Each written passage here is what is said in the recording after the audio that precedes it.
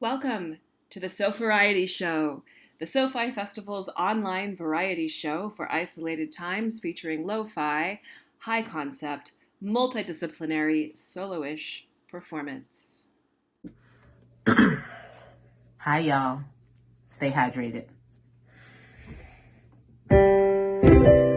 Don't gotta be a birthday. Won't stop till the cake is made. This virus got me locked up, so drop the kitchen name.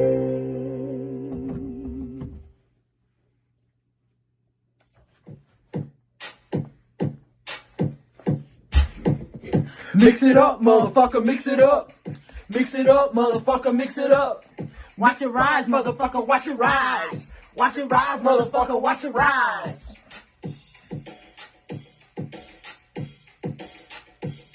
Cool it down, motherfucker, cool it down. Cool it down, motherfucker, cool it down. Cool it down, motherfucker, cool it down. Cool it down, motherfucker, cool it down.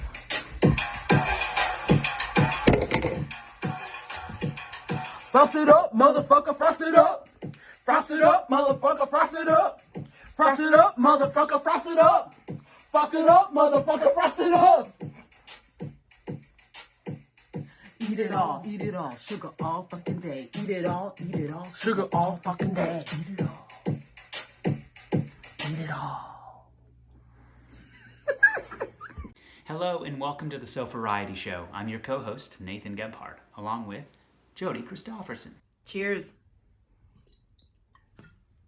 We've got a ton of lo-fi, high-concept, multidisciplinary, solo, mostly, performance work lined up for you today, coming from our couches to your sofas. I hope you're ready.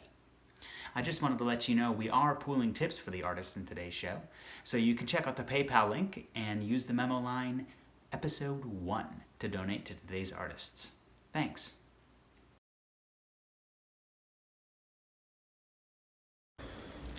Ma nishtana halayla hazum mikol halelot mikol halelot.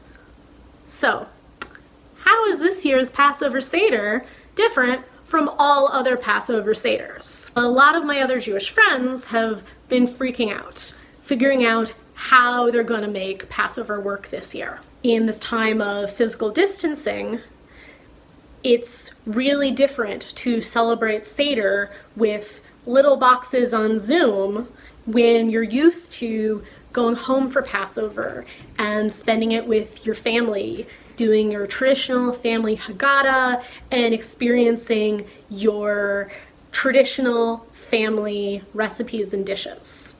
You know, those memories are the holidays for those people, and it's really hard to imagine anything different. That's not really a problem that I've ever encountered. Because my immediate family was super duper vegan, like no salt, no oil, no sugar, no meat, no dairy. Most of the foods on the Passover menu, like matzo ball soup or the eggs soaked in salt water that my Gladdy always made, those weren't exactly kosher for my family. So hosting Passover was never really something that we did. We would usually go over to my great aunt Gladdy's house, where my dad would make wild rice and steamed vegetables for him and my grandparents that they would eat while everyone else was doing their own thing. And during the Seder, it would usually just be my dad and me being the only two people who are trying to get through the Hebrew parts of the Maxwell House Coffee Haggadah until everyone turned in to belt "Die, Dayenu, Die, Dayenu."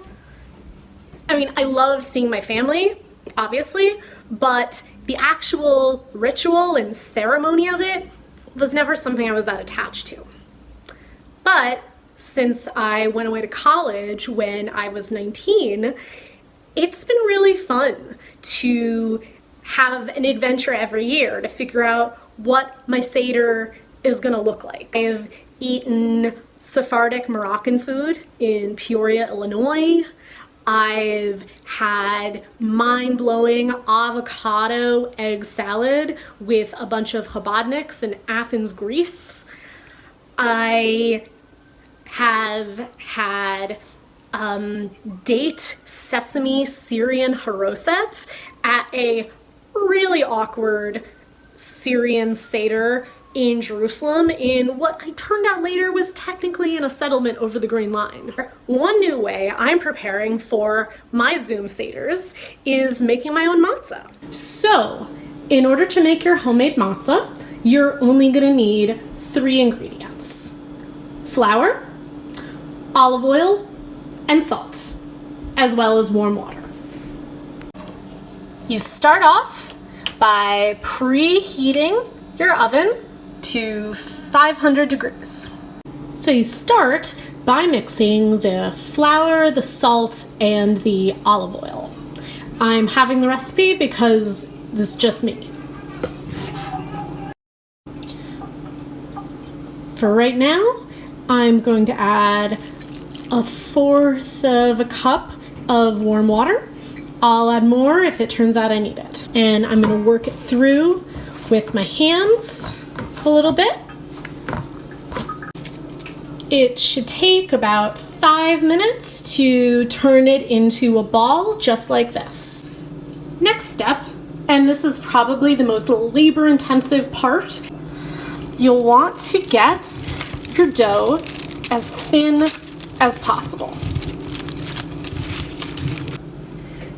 And once you have rolled it out to as thin as you can, you put it onto your parchment paper lined baking sheet. Once you have it all lined up on your baking sheet, comes the part that, for me, when I was a kid, was the most fun: poking holes. This is also another good way to burn out your coronavirus stress. So you just take a fork and you just poke rows of holes. So the first batch that I made came out a little bit on the soft side. So this is my backup, my extra. See if it doesn't come out a little bit crispier. So it's browning up a little bit better than the first one. So I'm just gonna take it, flip it over, and then put it in for another 30 seconds. Take it out. Oh yeah. And this one is nice and brown and crispy. And there you go. A beautiful piece of matzah. Halayla hazum kulo matzah. Halayla hazum kulo matzah. Chag Sameach, everyone.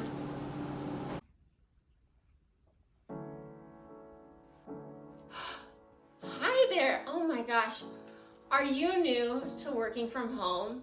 It can be a little difficult. It's taken me years to maintain my sensuality in face of the computer, let alone with Corona out there. I have a few suggestions for you. Velvet. Oh, hi. Are you new to working at home? Because I have some tips from you passed on to me by Natalie Deryn Johnson. First of all, wear velvet.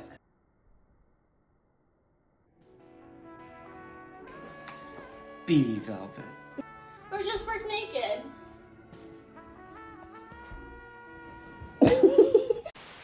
Apartment flying. Apartment flying.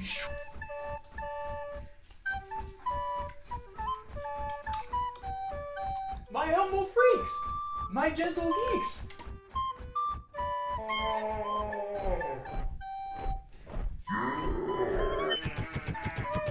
Hi, it's me, Pier Valentino, just engaging in some Casual Apartment Aeronautics. Some of you might know me as the host of Show Without End, which I broadcast from the basement of my mother Giuseppina's focacceria on Mondays and occasional Thursdays, sometime between midnight and 4 a.m., just after Barry Weather Jam's Bagpipe and Kazoo Jamboree. Yeah, let's hear it for Barry, shall we? Let's give Barry a round of applause. Barry, if you're out there, I just want to say, it's been a real pleasure to follow you all of these years. Barry, you really do create an environment of sound that is both cacophonous and all-consuming, and that's no easy feat. Now, as most of you might have guessed, I am spending my quarantine writing a musical about the Gilgamesh epic, in which the wolf creature best friend, intimate companion, Enkidu, awaits Gilgamesh in the afterlife, having to repeat the events of their life over and over until Gilgamesh comes back. Mom, I'm filming. But Pier, you not tell them or you tell them about the garlic and nuts. You know, I let you film in my basement, but you not tell them about the garlic and nuts sometimes. You not talk about the focaccia. You not talk about my business. This is a business, and if you want to film the show in my basement, you tell them about the garlic and nuts. You talk about the focaccia. This is a business, this is a family, okay? You tell them about the garlic and nuts, but only get 2 per person. Just make sure to get some, when you get your garlic knots, that you just get 2 and eat my mom's focaccia and say that you're a fan of the show. Gilgamesh! And in the end, when the 2 lovers, soulmates, reunite, it's gonna be really special. But anyway, we have to start somewhere, so here's just a little taste to amuse your appetites of my work in progress Gilgamesh extravaganza. The gods built Gilgamesh a best friend made just for him to temper his pig-headed ways. Made of clay and the spit of the gods, Enkidu was the name of this wild creature, and Shamat was the prostitute who lured it from the ways of the wild. With 7 days of nasty sex, where no orifice went unspelunked. And when it was discovered that Gilgamesh was to be married, Enkidu said, no sir, not until he wrestles me in front of his bridal tent for all of Uruk to see. And Gilgamesh took up the challenge, and it is said that they did wrestle, but it soon turned into hugging and tugging and laughing and kissing over and over, hugging, tugging, hugging, as the 2 rejoiced in having found each other so well matched. Gilgamesh found a deep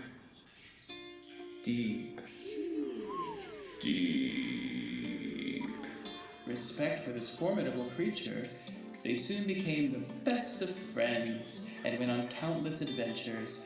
But when Gilgamesh turned down the lusty advances of the goddess Ishtar, she sent the bull of heaven as revenge for his impudence, and Gilgamesh, with the help of Enkidu, killed the sacred beast, removed its genitals, and hurled them back at the gods as proof of their conquest. The gods repaid this insult by deciding not to strike down Gilgamesh, but Enkidu with a slow, torturous death.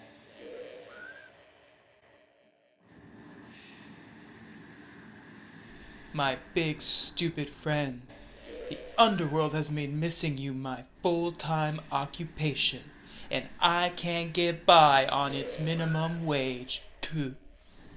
Was I just a pair of discardable CVS readers for your myopic quest? How can you miss me when all you see in front of you is you? What is all the commotion? My big stupid friend is a dick in shrouds. Jesus, he flaunts his sweat to disenfranchise crowds. Wipe it big up. stupid friend wrestled me to the ground. DDT. Trapped in his embrace, we kissed, we got down. In the My big stupid friend, dreadful king of Uruk. If it ventures your interest, he wrote the book. Canadian. My big stupid friend, to most it is known that from spitting clay and Kidu has grown. Oh, humiliation, you've been good to me. Oh, humiliation, you've been good to me. I said, oh, humiliation, you've been good to me. Oh, humiliation, you treat me good, you see. I don't understand why I have these feelings. My big stupid friend, even your conscience moronic. Idiot. My life's one purpose, to be your colonic. My me big out. stupid friend, the underworld is tragic. Delaware. A repeat of life without life's magic. David My big Blaine. stupid friend, if you find me here, we cannot have the friendship that we hold dear. No more My big benefits. stupid friend, I don't know why, but it's far better to live than to die.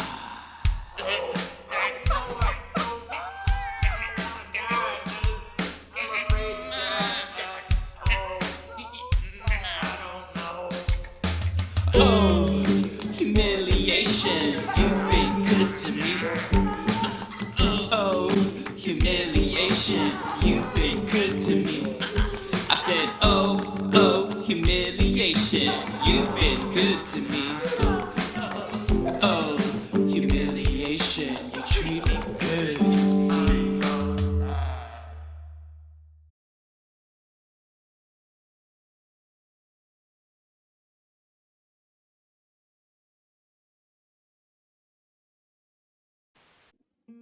Let me be your friend, damn it.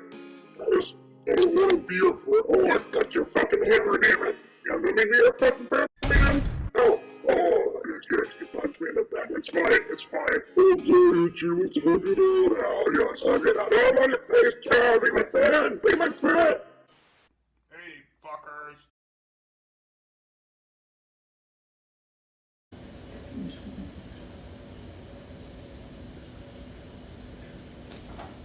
Oh, hello. I was just reading about wheat to Hank. But you know what time it is, you quaint koalas and hibernating honey bears. It's time to hurricane those hips and elevate those elbows.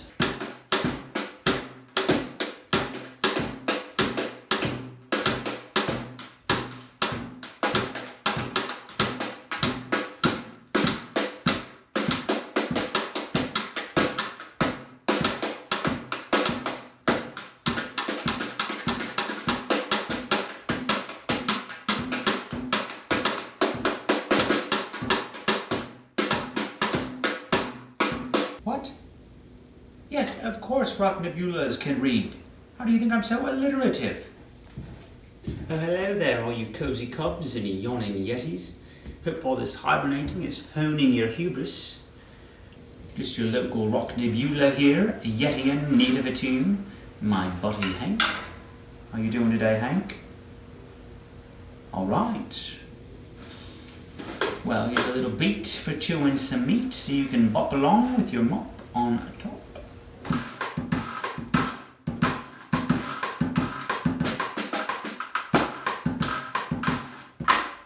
Hold up. Something's not quite right here. What is a Rocknebula? Good question. Hank has a great explanation for this one.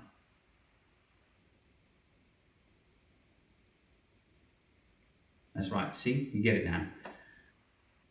So I would say, just to kind of piggyback on that, you know, Mom and Pop got together, did a little shaboodoo bang, and I was created for this little ski club festival kind of thing. I think it was like at the World Cup or something. I was going to bring the rock and roll, if you will, to this ski festival. And by the time that I arrived at Earth, it was just in time to realize that that was not happening. And I was here for no reason at all. And sort of became just hot gas expanding into space, which is really beautiful when you look at it from certain angles. And so here I am, your local Rocknebula. I've arrived on Earth for no reason at all, and I'm just going to keep sharing my hotcast with you. I hope you enjoy it. I'm still here, you're still here. Just because the thing isn't happening doesn't mean we're not.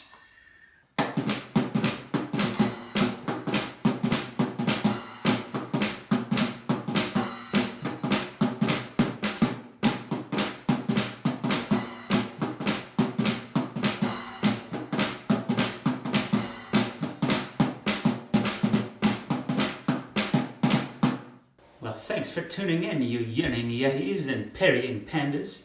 Hope you're able to hop those heels and flurry those femurs. Hi everybody, this is Mieko Gavia, and today I'm going to be reading to you a short story called Goddaughter.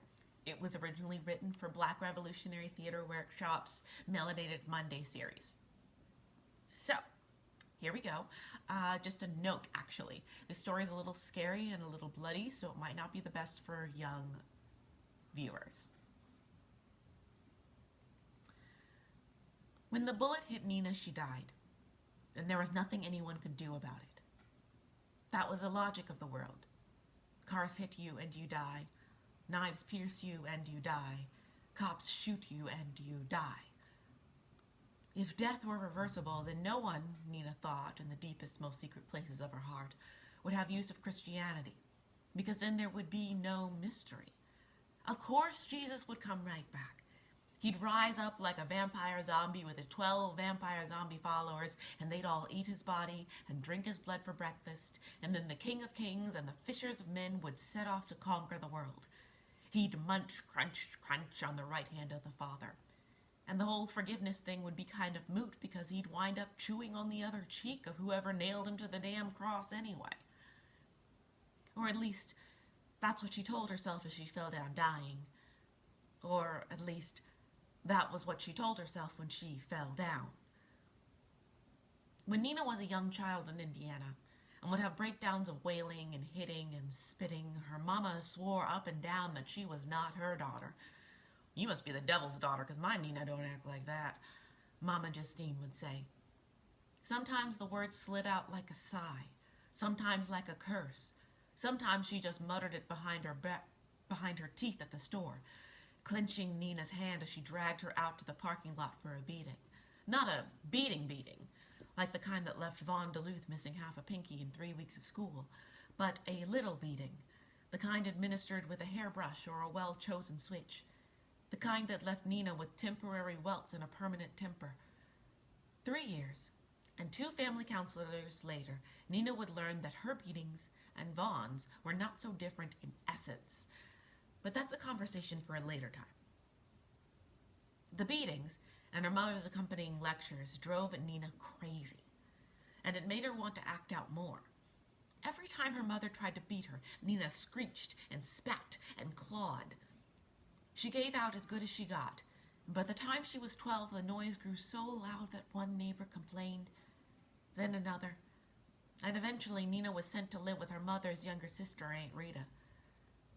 Not only was Rita her mama's closest living relative, she was just about the only person who could stand Justine for any bit of time. Rita and Justine, it turned out, were completely complementary. Rita was an amazing baker and a so-so cook, which was fine because Justine was a fantastic cook and a so-so baker. Justine was an amazing singer, and Rita was a phenomenal dancer. So once a month, one would drive 2 hours to the other's house, and they'd hold concerts just for the two of them. Justine was impeccably dressed and meticulously tidy. Both Rita's style and her apartment were twin whirlwinds of color and tchotchke. But the most important fact for this story is that all the qualities Mama Justine tried to stamp out of Nina, her willfulness, her laissez-faire attitude towards wrinkled fabric, her tender-headedness at the hot cone, these were things Annie Rita didn't care about in the slightest. The things Rita did care about or which mushrooms to gather to make frittatas, and which was the best time to get out of bed for one's favorite cartoons, and all the gentlest ways to make Nina's hair spring into coily ringlets. But her favorite things were the ghost stories. Annie Rita was the unofficial family historian and knew everything there was to know about their ancestors stretching all the way back pre-emancipation. She knew about great-great-great-grandma Gloria's run to freedom with Harriet Tubman. She knew about how great-great-grandpa fought in the Civil War.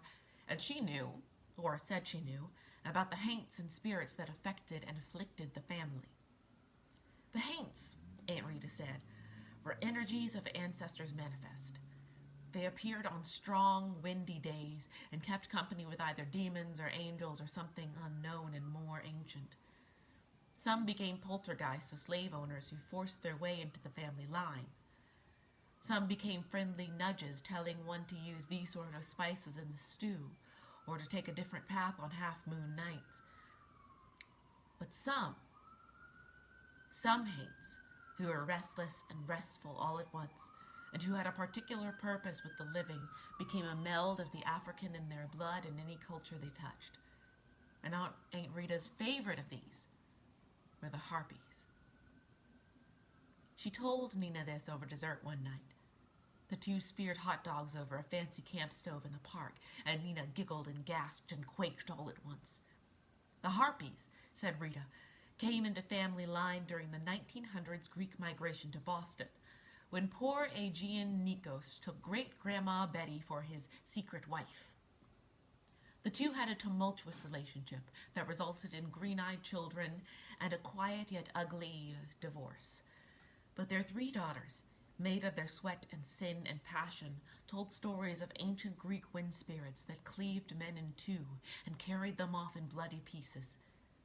The 3 sisters' sea-glass eyes would flash as they stretched out their skinny arms like talons. They'd speak of the bad men on their father's side carried away by their carrion-starved lovers. They'd speak of the sausages their great-grandmothers would bring back to their children in place of the men who had beat or hassled them, or who'd taken their naive husbands for fools. And they, like Aunt Rita, cackled with glee. But Aunt Rita was dead now, past 6 months from a pain in her lung, and soon Nina would be too. Already the policeman's bullet tore a jagged pain through her lungs, and the sticky blood soaked her shoes, and final breaths bubbled up from her throat. She didn't feel anything but the thunk as she hit the carpet, the bullet's sharp punch in her chest, and the final winds whooshing from her lungs. Just like Aunt Rita, Nina thought. A tumor in her chest, a bullet in mine. She could hear her mother screaming. A minute ago, she was screaming in rage, taking out her pain at Aunt Rita's passing on her equally distraught daughter. The two had flung themselves at each other, tearing into flesh and soul with razor-sharp words. They were loud again, too loud. Someone next door must have called the police. Someone next door must have said they were frightened. Someone next door must have asked for a welfare check on poor Nina. Poor Nina was dying now. Or so poor Nina thought. She thought her last breaths would be short and stifling, but instead they kept going, and going, and going, gaining strength. Her last death sigh swirled about her, lifting her chest off the ground, convulsing her middle, as if she was vomiting to a sitting position. This vomiting of air kept going. Nina then noticed that the screaming was not coming from her mother, but from the 2 policemen. Her mother was standing there, glassy-eyed, as strong black wind punched its way through her throat. In fact, the blood she now felt soaking the ankles of her jeans was not coming from her either. The black wind coming from Nina and Justine enveloped the screaming men. And after a 5-minute eternity of screeching winds and screeching, crunching, twisting flesh, the wind and the officers were gone. Mostly. There was hardly any blood left over. The hungry wind had slurped that up like broth. But there was a matter of the leftover police car to attend to, and potential alibis to plan, and the disturbing aftermath of entrails left splattered across the tile foyer. But Nina and her mother wouldn't worry about that. They wouldn't know that the police officers were the jerks of their department and the normally dogged precinct was better for their loss. They wouldn't know that a third wind had crumpled the police car to the size of a pop can. All they knew was that they were alive and, for the moment, safe. They embraced each other, apologizing and sobbing and promising to be better. And they would be. But first, they had a floor to clean and sausages to make.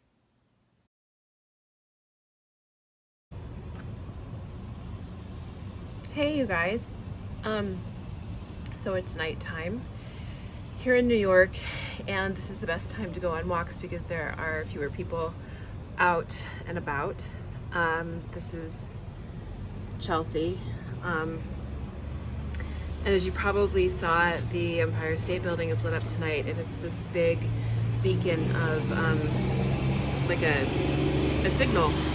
It's broadcasting a signal.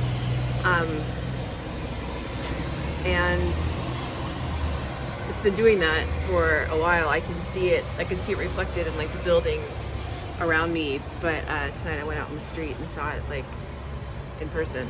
Anyway, so I have this idea, and that is that there are these like flower meditations on Facebook, and if you sync your breath with them as they open, and close, it helps you sort of like connect to the rest of your body. I'm a former yoga teacher, and thought maybe tonight we could do some breath work together to connect to each other, even though we're in different places. So instead of a flower, I have my hoodie from St. Kilda, and so I don't know if this is red. Maybe it's red. Yeah, and what we're gonna do is I'm gonna strobe it.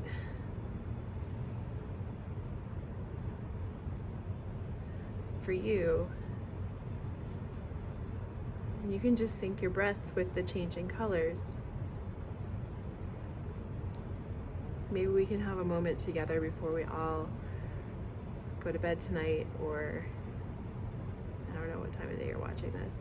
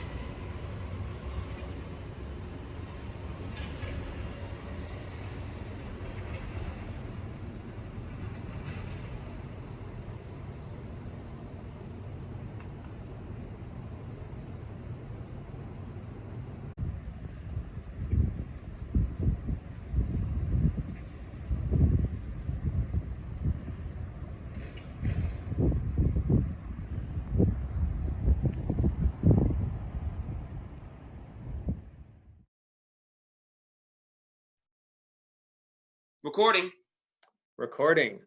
Hello, Internet. Hello. I'm Dan McCoy. I'm Michael Niederman. And this is Whiskey Flicks, Drinking from Home, the Woo! housebound, COVID-19 fearing, sheltering in place edition of our live show, Whiskey Flicks Live. I'm getting squirrely. What's our tagline? We're an unscripted, booze-infused deep dive into film. This is normally a 1-hour show where we talk about movies with an audience. We play YouTube clips, we drink whiskey, and just have a good time. It usually lasts about an hour. This is going to be our approximately 20-minute edition of our show, and we're just going to kind of see how it goes. Exactly. And so this is Whiskey Flicks. We're going to start out with some whiskey. Mike, what are you drinking today? Oh, great. Well, today, because I am missing one of my favorite cities in the world. I have a nice bottle of Sazerac rye, which is really good for making Sazeracs, which is everyone associates hurricanes with New Orleans, but I love myself a Sazerac. Heck, I just love myself drinking it straight. That's what I'm going to do. Nice. Tell me when. Oh, I think this is when. How about yourself, Dan? What are you drinking tonight? I am drinking standard Wormwood rye as well. This is a local Brooklyn distillery that I just discovered today when I popped by the liquor store in my mask and gloves. And the proprietor there highly recommended it. Happy to support a local distillery. This is actually the first taste I've gotten. He recommended just a little bit of water to open it up. So that's what I add. I don't know if I should get some water, but we're recording, and I've got already some here, made the decision. But we are miles away from each other. I'm in Kensington, Brooklyn. I'm in Chelsea, Manhattan. But let distance not clink deter us from a virtual clink.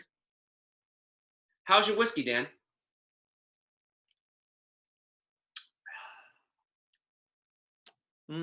What we're going to do now, ladies and germs of the internets, is that we're going to utilize the very exciting, we're bigger now, very exciting share screen application of Zoom. We're becoming Zoom experts, as is everyone. We will not be Zoom bombed by any trolls who want to send racist or genitalia at us, or racist genitalia. So That's the worst kind of genitalia. Oh God, yeah.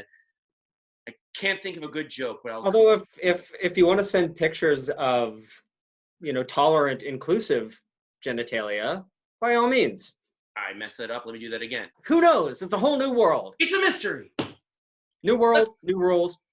Let's watch the movies. I'm very excited. Great.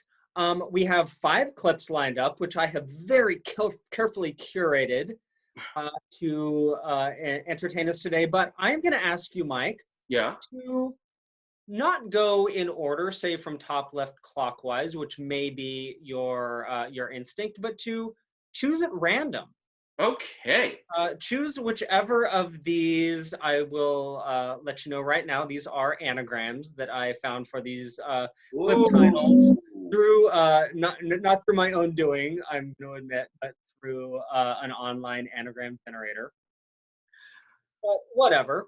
Well, I mean, clearly, because I think I figured out one of them already. So I'm going to go with the one that I think I figured out, which unfortunately is the first one on the top left corner. That's okay. That one's pretty easy. That one's pretty easy. Or Mo can really be only one movie. Daniel McCoy, this is our first movie. Any final thoughts before I press click? Do I have any final thoughts? I hope not. Good. Off we go. Off we go into the wild blue yonder. And it's Room with Captain Marvel and a young man who's later going to be one of the good boys. I forgot both of their names. This was such a depressing movie. And of course I saw it like a year after it came out, after she won Best Actress and the whole Room phenomenon came and left America.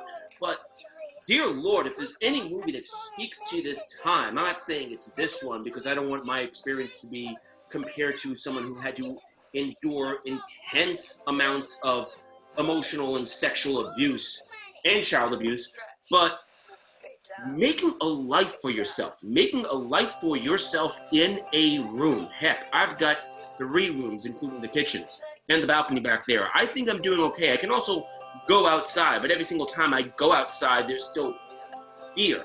Daniel, did you go outside today? Yes, I did. I went for a 2-hour walk in Prospect Park.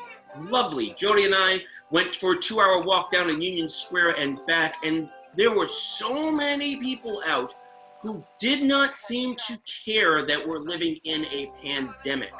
And I'm not here to talk about that bullshit. What I'm here to talk about is the fact that me being outside after being inside for so long gave me a sense of fear and foreboding and just paranoia of other people's bodies, of distances between each other, when all you can see is the 4 walls and you instinctively know how far away the other side of the room is. When you're outside, when you're in the outside side, it is a little scary and it's a little unnerving.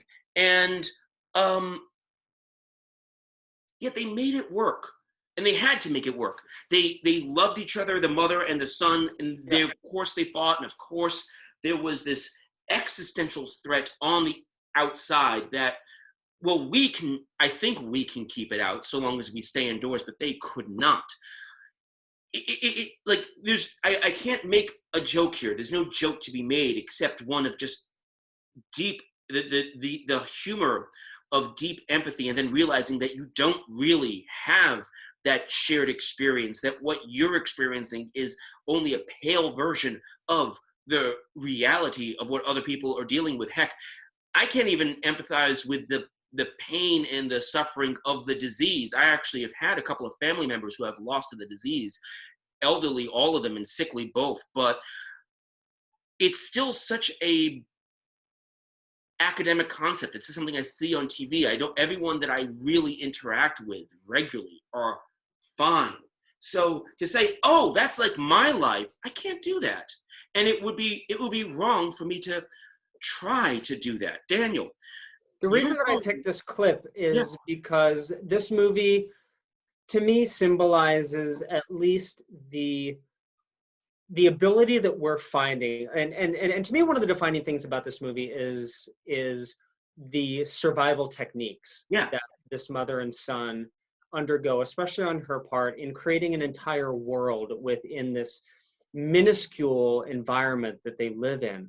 And she makes it seem big. One of the most affecting parts of this film is at the end when they go back to the shed where they were kept for the first 6 or 7 years of this kid's life. And you see how small did it shrink? Did room shrink? And I feel like our indoors, our apartments are starting to feel bigger and more expansive.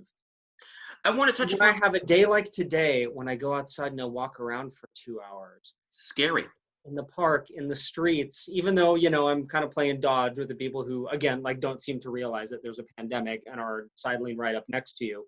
When I come back inside, it feels so small. Oh, man, let me see what we got here. Yeah, CEO staff, Drawl Rouse, Ethel Ivy, Agony Mastery. Well, considering how depressing and utterly painful's room was, I'm just going to keep that pain train going with Agony Mastery. And it is Grey's Anatomy, a television show that I've never seen before. I was much more of an ER guy than a Grey's Anatomy guy. So I have no idea who any of these people are. I'm guessing one of these is Grey, and then I know Sandra Oh was in it. And oh, the doors aren't opening. Is that what's going on here? Is that there's someone outside and these simple automatic doors? I'm going to give you a little bit of guidance here. Yeah. What's happening, like, plot matter here? Yeah. What is happening? What has happened? Guys, I might count 1, 2, 3. I'm just seeing... This is a bunch of clips of emergency response. Oh my goodness. Okay. These are the heroes right now. These are the people who are in the ship. They're in the trench.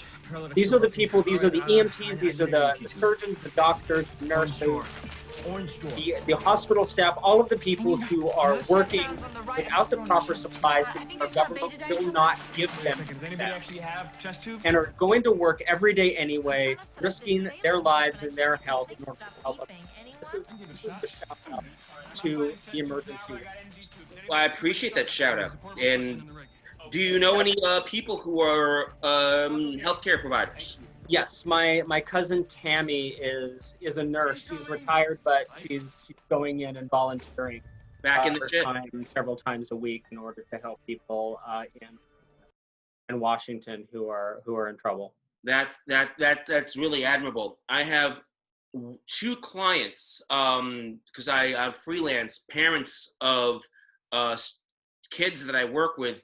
They are both physicians. One is a pediatrician and the other one is an internist. And I see the mother who's an internist semi-regularly, or I did before we all went indoors. And you could see, this is already a month and a half ago, she was tweaking about just the amount of stress that she was under, and you could see her work trying not to give it to anybody else, especially her middle school age son.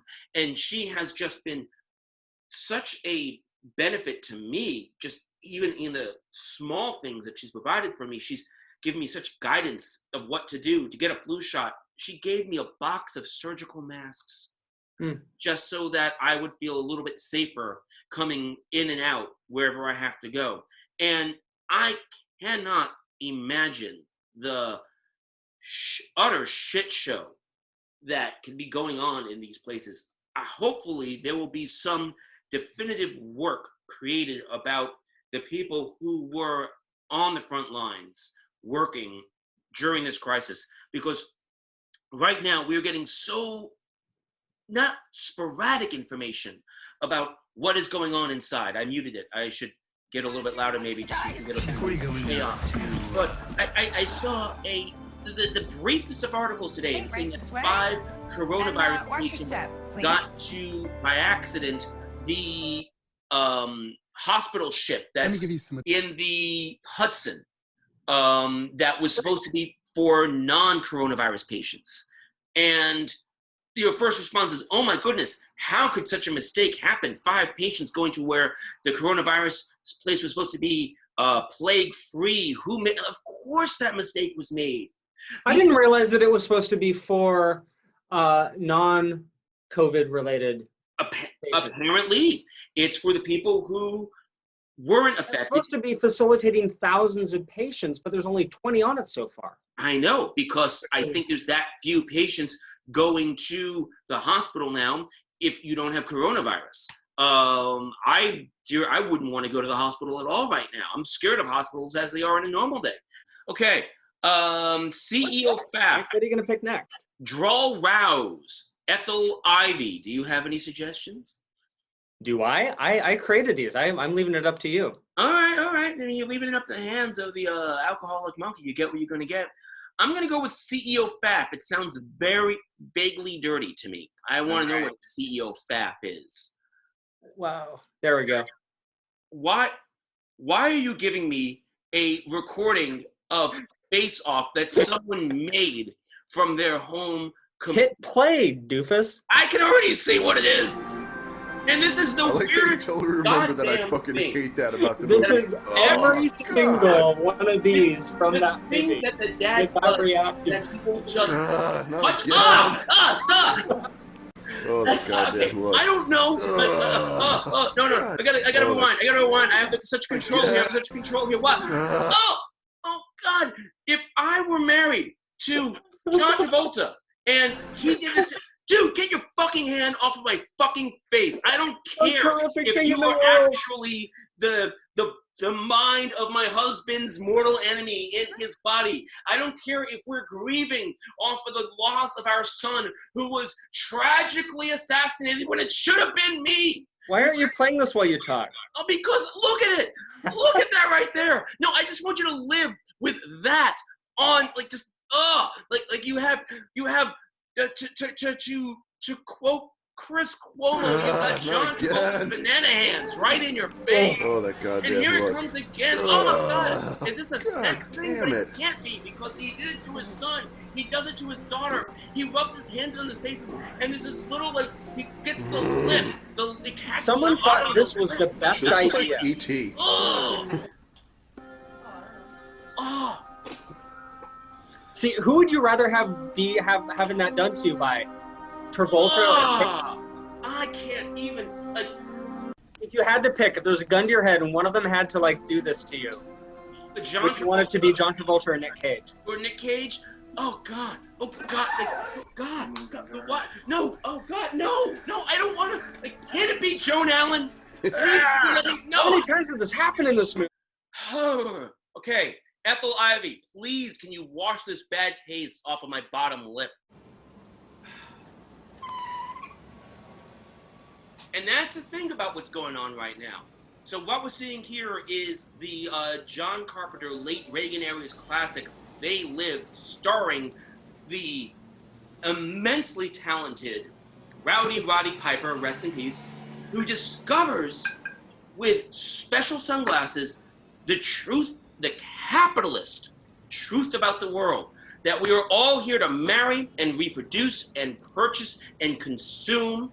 And I love it when my schlocky 80s action movies have a strong Marxist undercurrent. And that's what's going on right here. Here we have the true proletariat understanding the truth about the world, and that is what's going on right now. In addition to the pain and suffering of so many hundreds of thousands of people across this country, millions across the world, in addition to the paranoia and just squirrelness that we feel inside, there's the feeling that the veil is being lifted from society. So many rules and laws that were just common practice for the past 20, 30, 40, 50 years have been slightly eliminated right now as we're all stuck indoors, from the tax day to the fact that you can fly with now liquids because everyone needs their Purell, to the fact that the question is, well, should we pay rent? Should we pay our student loans? We all need universal basic income. We all need universal health care. We cannot buy anymore. The engines of capitalism are grinding to a halt because we're all stuck indoors. And we're realizing that if we are a certain level of privilege, which you and I are, because we have our jobs, we can work from home, I'm not going anywhere, my apartment is mine, we can exist without all the things that society has told us that we need to exist with, that we can live with ourselves. It sucks, but we can do it. And yet, how many things that were integral to society are just gone now? And I'm not talking about parties or bars or theaters, and I'm going to grieve that later, but the purchasing, the retail experience, the idea that we need to define ourselves by what we own and buy, and how much we have to get paid and how much we have to earn, and the fact that so many corporations are now asking for handouts and the government is giving it to them, but not to you and me, Mr. Joe Collar, blue working class. That, hey, buddy, has it all been bullshit all along? I don't know that it has. Right here, boom, this is your God. I don't want no house today. Either pay for it or put it back. Either pay for it or put it back. If you can't buy it, then there's no purpose to you being part of this paradigm. And as long as we are good little consumers, we are allowed to exist. And the fact that we can't be anymore, aside from the occasional stack of surgical masks that I buy from China for $2 a pop, yeah, I'm that guy. I'm not purchasing much outside of food and the occasional streaming video. We're upending the system that was put in place to oppress us, and we don't know what it's going to look like. What are the riots going to look like when we can't go outside to riot? And the riots are going to happen because we're going to all run out of money if we can't work at home.